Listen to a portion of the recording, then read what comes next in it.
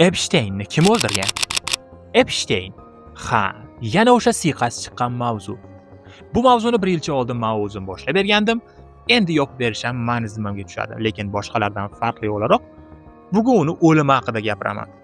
Bu menimcha mavzuni yopish uchun eng to'g'ri yechim bo'ladi. Demak, Epstein qanday o'ldirilgan? 2019-yil Amerika tarixidagi eng kuchli pedofil o'z kamerasida osilgan holda topildi. U qanday osilgan desangiz, hech kim bilmaydi. Rasmiy xulosaga ko'ra, bu o'z joniga qasd qilish, lekin o'sha paytda qo'riqchilar umuman boshqa joyda bo'lishgan. Kameralar ishlamay qolgan. Keyinchalik qo'riqchilar ham bunda aybdor deb topildi, ammo hech qanday jazo qo'llanilmadi. Nima deb o'ylaysiz bularni? Hammasi tasodifmi?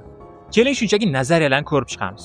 Birinchi nazariyani gapirib o'tirmayman, shunchaki Qashqirlar makonidagi bir sahnani sizlarga ko'rsataman.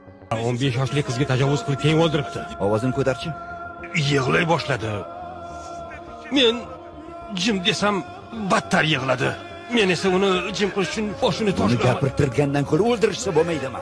Millatimiz aynib ketdi. Ammo unchalik emas.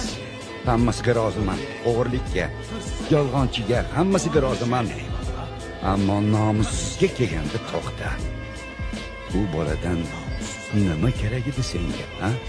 Ikkinchi nazariya u juda katta nomlarni bilgan va o'sha kattalarni sotib qo'yish bilan tahdid qilgan. Ya'ni, agar men qamalsam, sizlar ham bemalol yashay olmaysizlar degan tahdid bo'lgan va kattalar uni tom ma'noda ozod qilishgan. Uchinchi nazariya u tom ma'noda emas, balki rostdan ham ozod bo'lgan. Hozirda qayerdadir dam olyapti. U hozir tirik. Siz nima deb o'ylaysiz? Kameralarni o'chib olishi, qo'riqchilar boshqa joyga yetib olishi, bularning hammasi shunchaki tasodifmi?